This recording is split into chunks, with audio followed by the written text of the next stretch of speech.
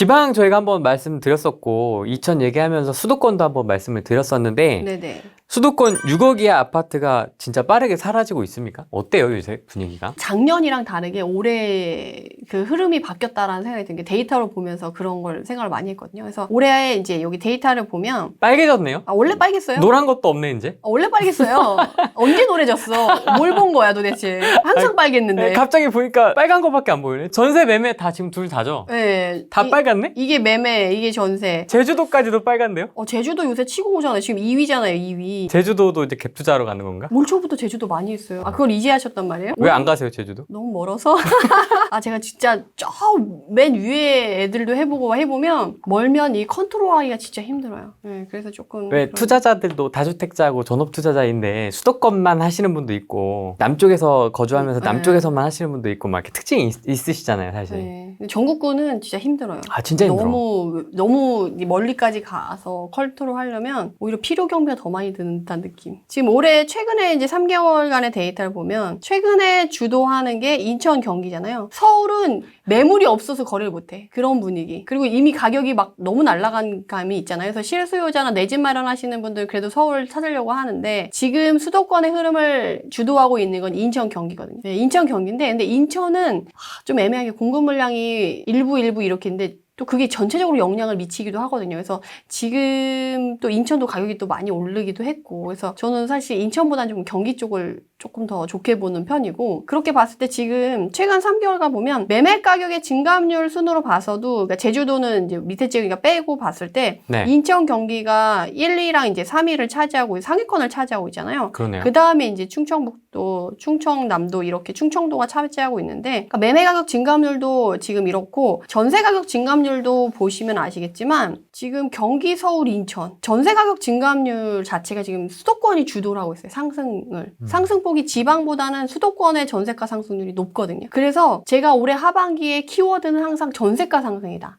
그리고 지금은 엑시트를 생각하려면 실수요를 안 볼 수가 없다. 계속 얘기하셨죠. 네, 그러면 이제 전세가 상승률을 봐야 되는데 전세가 상승률 좋은 데가 수도권이라는 거죠. 그러면서 이제 실수요도 받쳐주고 전세가도 올라주고 하는 거를 이제 그런 요소뿐만이 아니라 지금 최근에 또 보면 물론 지역마다 틀려요. 6억 이하의 물건이 사라지고 있는 건 1기 신도시급 정도 되는 애들의 이제 6억 이하 또는 6억에서 8억 사이에 있는 물건들이 사라지고 있어요. 지금 투자자들은 6억 미만의 수도권에서 괜찮은 1기 신도시급 되는 애들은 주소 가겠다는 분위기로 지금 가져가거나 내 집 마련 하시려고 하시는 분들도 6억 이상은 부담스러우니까 6억 이하에서 찾아보거나 아니면 6억에서 8억 사이에서 찾아보겠다는 거예요. 종부세가 6억부터니까 다주택자나 이런 거 물론 1주택이라고 하면 그 이상이지만 그래서 그 지역들이 갈려져 있어요. 좀 약간 경기도권 안에서도 기존에 많이 뜨겁지 않고 가격대가 좀 낮은 애들 같은 경우는 지금 3, 4억대 애들이 많이 거래가 되고 있고 1기 신도시급 되는 애들은 6억 이하라던가 6억에서 8억 사이의 물건들이 빠르게 사라지고 있어요. 지역, 구역마다 좀 틀리긴 한데 그 지역적으로 보면 지금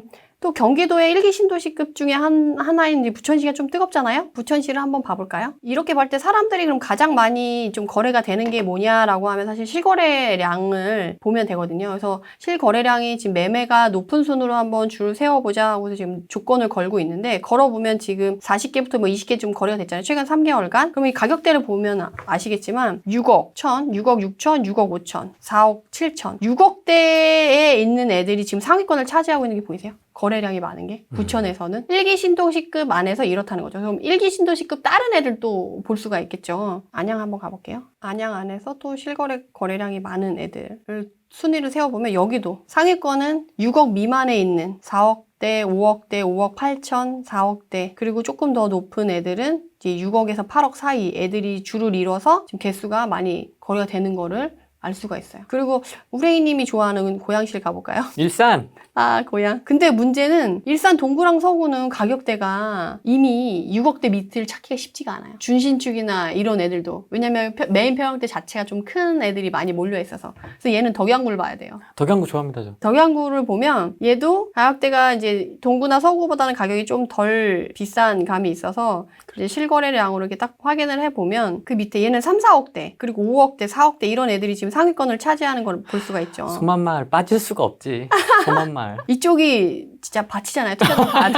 그리고 달빛마을 뭐 이런 애들 있잖아요. 그런 애들이 뭐 워낙 투자자 바시고 그쪽은 워낙 유명한 데라서. 네. 이런 애들 지금 3, 4억대 전후, 그리고 그러니까 6억대 미만, 5억대, 4억대 막 이런 애들 있잖아요. 이런 게 지금 1기 신도시급 애들을 흐름으로 했을 때, 그리고 1기 신도시는 아니었지만 1기 신도시급 되는 인구가 50에서 100만 사이에 있거나 약간 나름 즉 광명이나 뭐 과천이나 성남 이런 애들은 6억 밑을 쳐다보기가 쉽지 않고 거의 서울. 네. 예, 그 밑에 있는 애들급 중에 나름 괜찮게 잘 나가는 애들 있잖아요. 그런 애들은 지금 6억 미만 애들이 이런 식으로 지금 빠르게 거래가 되고 있어요. 그래서 이거를 본인이 이제 납득하냐 안 하냐에 따라서 지금 흐름을 따라갈 수 있냐 없냐로 이제 갈리게 되는 거죠. 그 어쨌든 지금 시장에서 이렇게 받아들인다는 거는 올라갈 거기 때문에 지금 이렇게 6억대부터 이제 지금 차곡차곡 하는 거 아니에요? 네, 그런 것도 있는데 제가 또 그래서 하나 준비해 온 자료가 있어요. 요거를 보시면 또 느낌이 나는 게, 그러니까 집값이 많이 오른 이유가 너무 여러 가지가 있어요. 물론 가치가 재평가받았다라는 것도 있지만, 제가 옛날에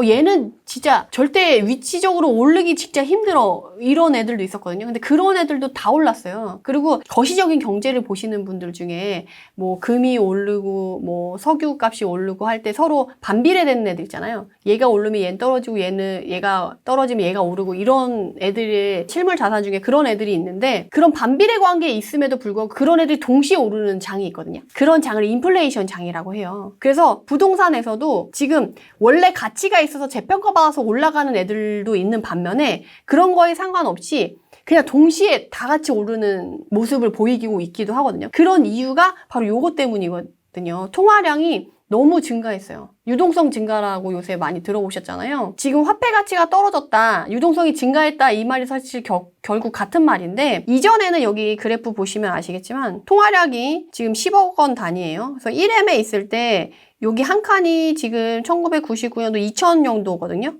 그래서 이 한 칸이 증가하는데 2000년도에서 2008년도까지 걸렸어요. 그러니까 8년 정도가 걸렸죠. 근데 최근에 여기는 아직 한 칸을 안 채웠으니까 가장 최근에 한 칸 채운 걸로 보면은 2014년도에 이제 시작해서 거의 2017년 이때 지금 한 칸이 올랐어요. 그러니까 2배가 되는 거죠. 화폐량이. 그러면 지금 2014년에서 17년, 3년 사이에 화폐량이 2배가 된 거예요. 이전에는 8년, 9년 정도 걸렸잖아요. 근데 이제 가장 최근에 2014년, 17년에 화폐량 2배가 된 구간을 보면 최 3년 정도밖에 안 걸렸다는 거죠. 그러니까 3년 동안에 화폐량이 2배 늘었으니까 10,000원짜리가 5,000원이 됐다라고 생각을 해볼 수가 있는 거죠. 가치적으로는. 왜냐면 내가 똑같은 물건을 샀을 때 옛날에는 5,000원 주고 산 걸 이제는 10,000원 주고 사야 되는 상황이 됐으니까. 그렇게 봤을 때 부동산도 그런 영향이 미치지 않을 수 없다라는 거죠. 옛날에 1억이던 집이 2억이 됐어요. 거기에 물론 그 부동산 가치 상승도 있었겠지만, 이런 화폐량이 많아져서 화폐 가치가 떨어져서 그 부동산이 실물 자산이잖아요. 실물 자산에 그게 반영이 돼서 그만큼 돈을 더 지불해야만 그걸 받아올 수 있는 생각을 해보는 것도 여러분들이 좀 중요할 것 같아요. 그래서 부동산이 어떻게 이 가격이 돼? 그래서 사장님들도 얘기를 하시는 게, 부동산에 현장에 가보면 뭐라 그러시냐면, 난 저 집이 2배가 된 걸 이해할 수 없어. 그러니까 아무런 변동이 없었는데, 이전에 이미 변동이 없고 호재도 없어. 지하철이 뚫린 것도 아니고 하는데 그대로인데 2배가 된 거죠. 네, 그냥 2배가 돼. 그거는 이제 인플레이션 장 때문에 다른 애들도 다 이렇게 화폐 가치가 올랐으니까 그만큼 그 화폐 가치가 반영이 된 그런 단지나 지역의 물건들이 꽤 된다라는 거죠. 그래서 이번에 사람들이 공시지가 1억 이하 물건 찾으러 가실 때 걔네만 유독 많이 오르는 애들도 있지만, 그런 거에 상관없이 막 가격이 올라가는 애들도 있었거든요. 근데 그게 여러분들이 조심하셔야 될 게, 내가 잘 골라서, 장이 좋아서, 이 지역이 정말 가치가 있어서 그랬다기보다는 전반적으로 이런 게 그 단지에도 영향이 끼칠 수 있다라는 거죠. 근데 이제 부동산 같은 경우 만약에 물이 빠지거나 심리학이 미치기 심하면, 가치가 없는 애들은, 그렇게 올랐던 것들은 나중에 이제 빠질 수가 있다라는 거죠. 화폐 가치가 떨어짐으로써 인해서 부동산에 영향을 미치는 정도랑, 나중에 심리적인 걸로 이 가치가, 화폐 가치가 반영됐을지라도 그 빠지는 입지적인 조건이라서 다 단지의 가치를 판단하셔가지고 접근하셔야지, 그냥 요거 이 인플레이션 장만 믿고 막 두서없이 움직이시면 조금 위험하실 수 있다라는 거는 말씀드리고 싶어요. 아니 저렇게 유동성이 풀렸는데 네네. 내 수중에는 왜 돈이 없지? 모든 사람들의 공통적인 생각 아닐까요? 아니 2배, 유동성이 2배가 됐는데 내 수입이 2배가 되진 않았어요. 재밌어. 그게 바로 그거예요. 그걸 경계하셔야 돼. 그러면 내가 더 가난해진 거예요. 가만히 있었던 게 아니고. 뒤로 그래서 간 거지. 네, 뒤로 간 거예요. 그래서 코로나 전이랑 후랑 그 이 유동성 장에서 유동성을 이용했던 사람들은 제자리이거나 더 앞서갔어요. 근데 이걸 이용하지 못한 사람들은 다 같이 이렇게 퇴보가 됐어요. 그러니까 그거를 경계하셔야 돼. 그러려고 한다면 내 집 하나는 있었어야지. 그럼 이제 제자리는 지킬 수 있었던 거지. 중립기업, 네, 중립은 할 수가 있었는데 그것도 없었다. 난 월급만 벌었다. 후진기업. 그럼 이제 뒤로 가는 거지. 그게 이번 장에 너무 뚜렷하게 나타나서 그게 사람들이 옛날에는 그거를 인식하지 못하고 살아오면서 그냥 이렇게 사그라졌다고 한다면 지금은 그게 너무나 확연해지고 정보도 빨라졌기 때문에 그걸 이렇게 막닥뜨리게 돼서 사람들이 상대적 박탈감을 느낀다거나 이제 벼락거지라는 말이 그래서 생긴 것 같아요. 그거를 이제 인식할 수밖에 없는 상황에 놓여져 있어가지고. 어쨌든 다주택자가 되어야 D드라이브에 놓고 주행을 할 수 있다라는 말에는 공감하세요? 그렇죠. 왜냐면 내가 세금이 증가했어요. 그럼 세금을 해지할 만한 수입 라인이 하나 더 있어야 되는 거예요. 내 집 마련 하나 한 1주택자분이 계세요. 근데 세금이 증가했어. 재산세. 공시지가 상승해서 재산세랑 막 종부세랑 이런 게 증가했단 말이에요. 두드러 맞는 거지. 내 월급은 그대로인데 수입은 그대로인데 그러면 이제 세금이 증가해서 필요 비용이나 나가는 생활비가 증가한 거잖아요. 그럼 그걸 해지할 만한 수입 라인이 있냐는 거지. 월급에 붙는 세금도 늘어나요. 그치. 건보료라든지. 이번에 또 그거 말고도 또 워낙 많이 있잖아요. 다주택자는 다른 주택으로 인해서 증가하는 세금을 해지할 수 있어요. 그걸로. 근데 1주택자는 그걸 해지할 수 있는 방법이 없는 거지. 다른 재테크 방법이 있다고 하면 상관이 없지만. 그래서 이번 시장이 더 다주택자가 되어야 된다라고 생각하는 이유가 약간 그렇게 되는 것 같아요. 세금이 더 증가하니까. 그걸 해지할 수 있는 방법을 찾아야 되니까.